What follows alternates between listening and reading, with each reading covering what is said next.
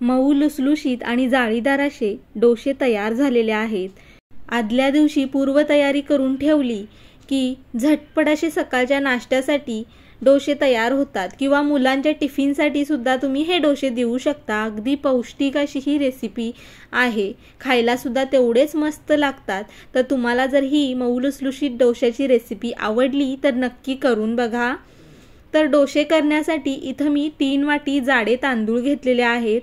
तांदूळ तुम्ही कोणतेही वापरू शकता, फक्त इंद्रायणी तांदूळ सोडून, कारण इंद्रायणी तांदूळ चिकट असतो। तर 3 वाटी जाडे तांदूळ घेतलेले आहेत। 3 वाटी तांदळासाठी 1 वाटी उडीद डाळ घेतलेली आहे।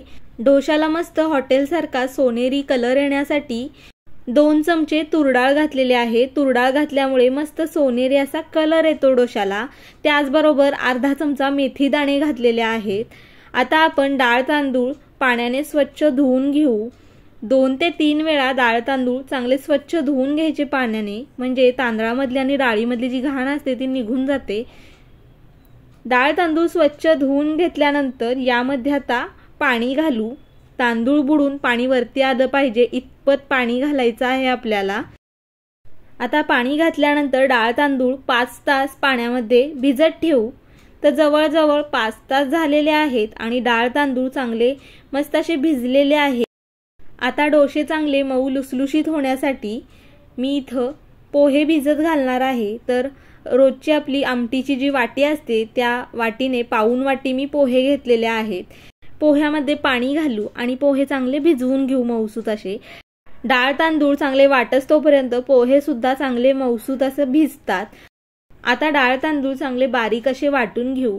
तर मिक्सरच्या भांड्यामध्ये जेवढे डाळ तांदूळ मावतील तेवढे आपण पळीने काढून घेऊ आणि यामधलंच पाणी मी थोडंसं लागेल तसं घालणार आहे।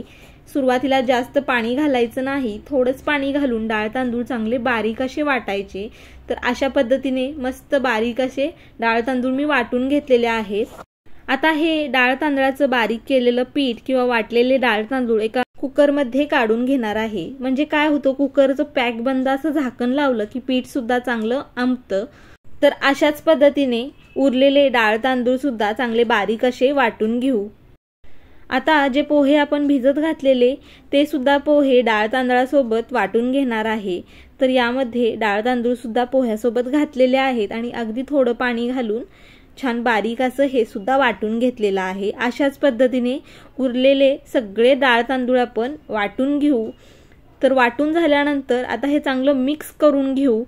तुम्ही हे पीठ आंबवण्यासाठी कुकरमध्ये किंवा भांड्यामध्ये ठेवू शकता आवडीनुसार, पण भांड किंवा कुकर मोठा घ्यायचा जेणेकरून ते पीठ फुलल्यानंतर बाहेर येणार नाही। आता मिक्स करून झाल्यानंतर कुकरचं झाकण लावून एक 12 तास आपण हे पीठ आंबवण्यासाठी ठेवून देऊ। पावसाळ्याचे दिवस आहेत आणि थोडं थंड वातावरण आहे, त्यामुळे पीठ आंबायला थोडा वेळ लागतो। उन्हाळा असेल तर एक 10 तासामध्ये मस्त असं पीठ आंबतं। तर दुसऱ्या दिवशी सकाळी किंवा एक 12 तास होऊन गेल्यानंतर तुम्ही बघू शकताय पीठ मस्त असं फुलून वरती आलेलं आहे। पिठाला छान जाळी सुटलेली आहे, मस्त जाळीदार असं पीठ तयार झालेलं आहे। चमच्याने थोडं मिक्स करून घेऊ। यामध्ये आता चवीनुसार मीठ घालू आणि मिक्स करून घेऊ। तर सगळ्या पिठाचे मी डोसे करणार आहे त्यामुळं मीठ घातलेलं आहे सगळ्या पिठामध्ये। तर अशा पद्धतीने बघू शकता पीठ ठेवायचं आहे डोशासाठी। तुम्हाला जर थोडं पीठ घट्टसर वाटत असेल तर थोडंसं पाणी घालू शकता। डोसा सहज पसरवता आला पाहिजे इतपत ते थोडंसं पातळ ठेवायचं किंवा थोडं सरसरीत असं ठेवायचं, जास्त पण पातळ असं ठेवायचं नाही। आता आपण या पिठाचे डोसे तयार करून घेऊ। तर मी नॉनस्टिक तवा गरम करून घेतलेला आहे।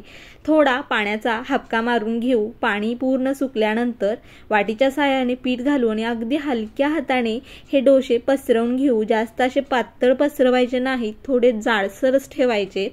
आता गॅसची फ्लेम डोसा पसरवून झाल्यानंतर मीडियम करू आणि वरचं बघू शकताय पीठ पूर्ण सुकल्यानंतर वरून थोडंसं तेल लावू आणि डोसा चमच्याने पलटून घेऊ। तर मस्त असा बघू शकताय जाळीदार असा डोसा तयार झालेला आहे। डोसा पलटल्यानंतर एक 10 सेकंदच फक्त दुसऱ्या बाजूने डोसा भाजायचा आहे, जास्त असा भाजायचा नाही। तर दुसऱ्या बाजूने थोडासा डोसा भाजून घेतल्यानंतर मी हा डोसा आता प्लेटमध्ये काढून घेतलेला आहे। अशाच पद्धतीने पाण्याचा थोडासा हापका मारून पाणी सुकल्यानंतर दुसरा डोसा सुद्धा आपण तयार करून घेऊ। तर वाटीच्या सहाय्याने अगदी हलक्या हाताने मी डोश्याचं पीठ पसरवून घेतलेलं आहे। वरचं पीठ सुकल्यानंतर थोडंसं तेल लावून डोसा मी पलटून घेतलेला आहे आणि दुसऱ्या बाजूने थोडासाच भाजून घेतलेला आहे, म्हणजे तो छान मऊसूत असा डोसा तयार होतो। तर बघू शकताय तयार झालेले डोसे प्लेटमध्ये काढून घेतलेले आहेत। अगदी मऊ लुसलुशीत असे झालेले आहेत। नारळाच्या चटणी सोबत तर एक नंबर असे लागतात। तुम्हाला जर ही मऊ लुसलुशीत अशी डोश्याची रेसिपी आवडली असेल तर नक्की एकदा करून बघा। व्हिडिओ आवडला असेल तर लाईक करा, शेअर करा, चॅनलला सबस्क्राईब केलं नसेल तर सबस्क्राईब नक्की करा। धन्यवाद।